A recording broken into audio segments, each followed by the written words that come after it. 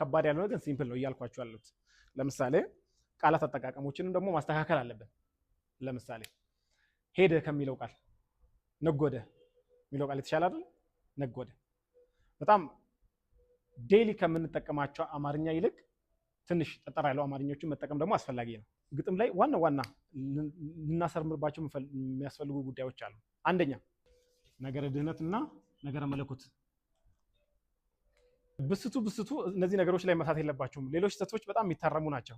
እነዚህ ግን ትምህርታዊ የሆኑ አጠቃላይ ትምህርታዊ ዶክትሪናል የሆኑ ነገሮች ላይ በጣም ጥንቃቄ ማድረግ አለብን ማለት ነው። ስላሴ ላይ እያንዳንዱ ስትበትኑ ደግሞ ነገረ ክርስቶስ ላይ ስለ መንፈስ ቅዱስ ስለ ዳግም ምጽአቱ ምናምን እነዚህ በጣም መሰረታዊ ስለሆኑ መጽሐፍ ቅዱስን በደንብ ዲግ ማድረግን ይጠይቃል ማለት ነው። አንድ ዘማሪ እዚህ ላይ ሳተ ማለት ኦልሬዲ ቤተክርስቲያንም አብሮ እያሳተ ነው ማለት ነው።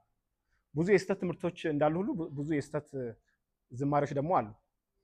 አሁን ከቤተክርስቲያን በፊት የነበሩ አሁን ከቤተክርስቲያን የወጡ ዘማሪዎች አሉ። ለምንድን ነው የወጡት? ለምንድን ነው የማይሰሙት ካላችሁ እዚህ ነገር ላይ ነገረ ድህነት ላይ ነገረ መለኮት ላይ ዳግም ምጽአቱ ላይ ብዙ ስህተቶች ስላሉ አንድ ዘማሪ መጀመሪያ ቼክ ማድረግ ያለበት እነዚህ ነገሮች ማለት ትምህርት ላይ በጣም ቼክ መደረግ አለበት ማለት ነው። ሌላው ሰዋሰው ነው። አንድ መዝሙር ስትጽፉ ወይ ወደ እግዚአብሔር ነው የእግዚአብሔርን ቸርነት የእግዚአብሔርን ምሕረት የእግዚአብሔር ፍቅር ለእግዚአብሔር መልሶ የምትነግሩበት አንድ ታይፕ አለ። ከዛ ደግሞ የእግዚአብሔርን ቸርነት የእግዚአብሔርን ምሕረት ደግሞ ለሰው ልጆች ማለት ነው። እነዚህ ሁለቱም የተለያዩ ታይፖች ናቸው። ሁለቱም መደባለቅ አይቻልም። ለምሳሌ አንተ ታላቅ ነህ፣ የስምህ ስልጣን ታላቅ ነው።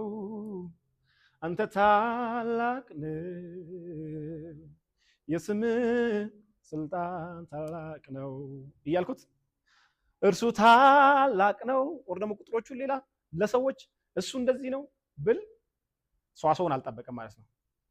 ገብቷችሁ አለ የምለው ነገር አንድን ወደ እግዚአብሔር ብላችሁ ከጀመራችሁ ቀጥታ ከሱ ጋር ነው መጨረስ ያለባችሁ ማለት ነው።